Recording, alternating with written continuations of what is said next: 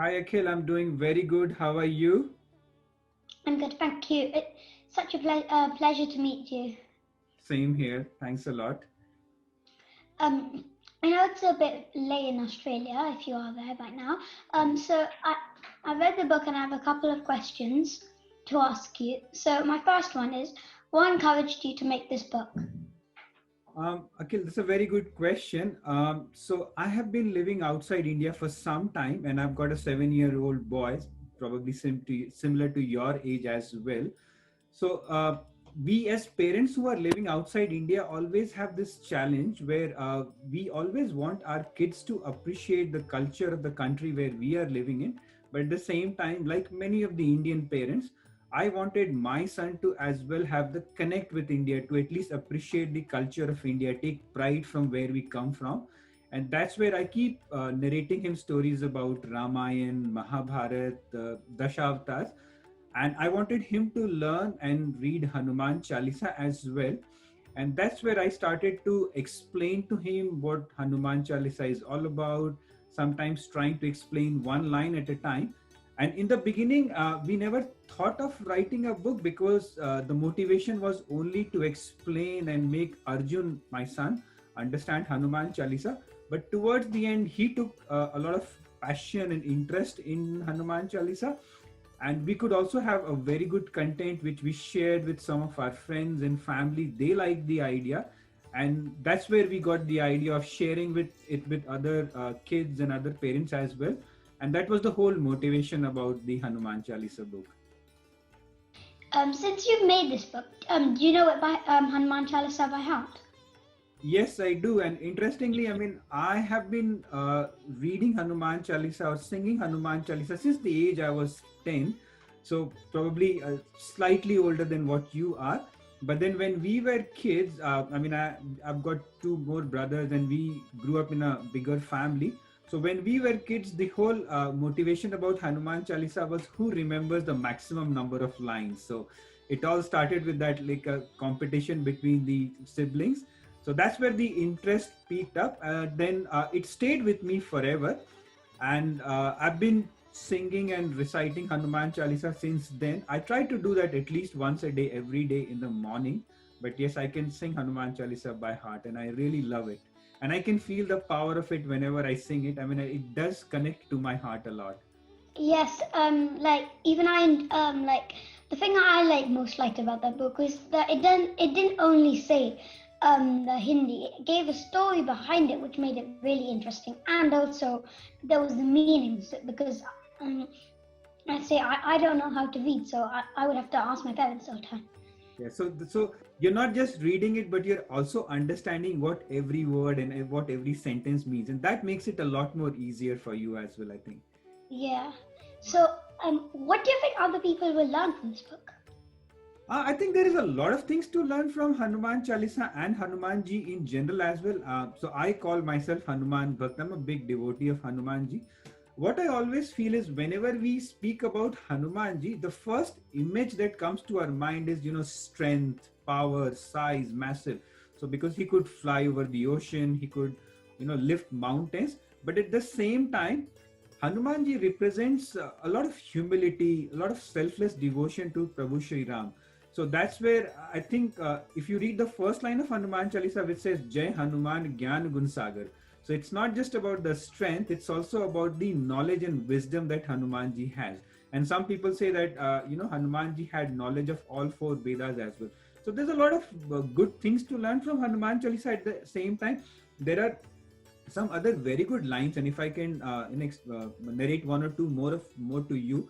So one of the lines is Mahavir Vikram Bajrangi Kumati Nivar Sumati Ke Sangi, and which probably you've already read, which means that we should always try and seek good company and stay away from bad company. I don't know, there cannot be a better message for children of your age, kids of your age, for that, to always try and find good company. At the same time, there are some other very good lines as well. One of my favorite one is संकट ते हनुमान छुड़ावे मन क्रम बचन ध्यान जो लावे. So what it says is, if in order to do anything, it's not just about Hanuman Chalisa. In order to do anything in life, I mean, you need to focus your mind, your action, your speech, and then you also need to have focus about it as well. So if we can imbibe some of these values, it's going to be a lot more helpful for all of us, both kids and grown-ups like us as well, because sometimes we know some of these virtues, but then through the course we tend to forget all of this. So at the same time, whenever we read Hanuman Chalisa, we also read the stories of Ramayana and Prabhu Sri Ram. And Bhagwan Ram was called, the ultimate human being, the Maryada Purushottam. So there is a lot of things to learn from his character on how we can shape our life. So in my opinion, if we try and read Hanuman Chalisa, try and find the deep meanings behind it, try and get to understand some of the stories behind it, there is a lot for all of us to learn. And I mean, I try to do the same with Arjun as well. Yeah, as you were saying at the beginning, like you're saying that you're a big devotee of Hanumanji. Even I like Hanumanji a lot because I think there was some festival of Hanumanji when I was born. It was 2011, 18th April. So. And isn't Hanumanji the superhero? So we read stories about Spider-Man, Superman. So all the things that these superheroes can do, Hanumanji can do as well. But at the same time, as I was saying, he doesn't just have these superpowers. He's got a lot of knowledge, wisdom, and humility as well. Yeah, like as the superhero thing, it kind of links back. So once I was reading Harry Potter in the night, then I came to my mom and I was really scared. So me and my brother, not because my brother just copies what I do. So Yes. We got like a picture of Hanumanji. To keep it next to our beds or on our beds, and there's also like a study desk in our bedrooms to keep on that, so like we could sleep in the night. Yeah, very interesting. In fact, Arjun has a similar story as well. So he likes to watch movies, but he doesn't like to watch any. I mean, if the movie is a bit scary. So one day he was saying that I would invite Hanumanji to do a movie night with me, so we can both watch together, and then Hanumanji can give me a lot of strength. Was this experience fun? Yes, it was a lot of fun, and not just fun. I would say it's a lot of learning for both myself and Arjun as well. Because initially when we started this, I mean, I call it a Hanuman Chalisa project. So initially when I started this one, to be honest, I think that I barely knew the meanings of 20 to 30% of the lines. But then we had to do a lot of research to find out about all the other things. And then I learned a lot. So it was a lot of good experience trying to find out what each line means, talk to some of my elders as well. And at the same time we had this challenge of making this content interesting as well. So overall it was a very good experience. I learned a lot about Hanuman Chalisa. I learned how to publish a book as well. So both fun and interesting and learning, I would say. Okay, so that was the first part of the question, and the second part was, if yes, would you advise young people to write books? So since you said yes, would you advise young people? Absolutely. And I think, if you read any of our ancient scriptures and texts, or if you try to follow what some of our Maharishis and Rishis have said, they always say that don't take anything as it is presented to you. Try and explore, do some self-exploratory research, and try to find more yourself. And there's a very famous, African saying which Sanjeev Sanyal, one of the famous authors in India, keeps saying that about Africa. He said that if lions don't have their storytellers, the history would be always glorifying the hunters. So what it means, and it's very contextual in the context of India as well, because after independence we have not put in a lot of effort in exploring our history and trying to understand where we come from, a lot of our culture. A lot of new writers are doing it. So if kids of your generation, I mean, when they grow up, if they are passionate about it, if they explore some of our history, try and find some meaning and put it into books, it would serve for many generations to go as well. So I would definitely encourage anybody because that gives them the opportunity to find out more, at the same time share it with the whole world, and it stays with them. Was it hard to write a book, like researching, etc.? I think it depends on the subject and your passion level. So if you have a lot of interest, you will always find avenues to get more information about it. These days with internet, it's not so hard researching a topic. with internet and online medium, you also get access to a lot more digital books as well, which earlier you probably had to buy the printed editions. So if you have passion, you will always find avenues to do a lot more research as well, and you should be able to do that. So passion is definitely very important. What was your favorite part of the book?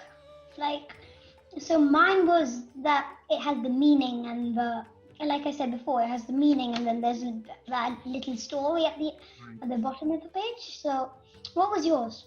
I would say the visual representation of each line. So where we tried to explain each word with arrows and then have meanings and then translations, and also the whole visual, the experience of the book makes it very interesting for me. And that's where it all started for me as well. So that's my favorite part about the book. And one more. So let's say so before you hadn't written this book, okay? So what was your favorite part of the song? Like not the book, but the song. And the first two lines that Tulsidas ji writes before writing the Hanuman Chalisa, where he pays a lot of respect to his teachers, to his gurus, so that as well connects with me a lot, and I try to share that with Arjun as well, that we should always pay respect to our teachers, be really humble to what they do to us. I mean, how they explain things to us, how they make us, a better part of us. So those are some of my favorite parts to it. But then I love to, sing all of Hanuman Chalisa all the time. Yeah, so for me, I really liked how the title actually makes sense. So you have like the title saying Hanumanji because it's about Hanumanji, and then Chalisa because it's got 40 verses. So that's my favorite part. Great, it's good, and I'm really very happy that this book is helping a lot of kids, and you are also, Akhil, you are also enjoying this book as well. So thank you. It was a pleasure speaking to you. Thank you for giving your time. And yeah, it was same here. I mean, I really enjoyed this conversation to you, and I hope that the Hanuman Chalisa book, I mean, you find a lot more interest in this book. You read Hanuman Chalisa, then you're able to sing a lot of lines of Hanuman Chalisa as well. So thanks a lot for taking out time and speaking to me.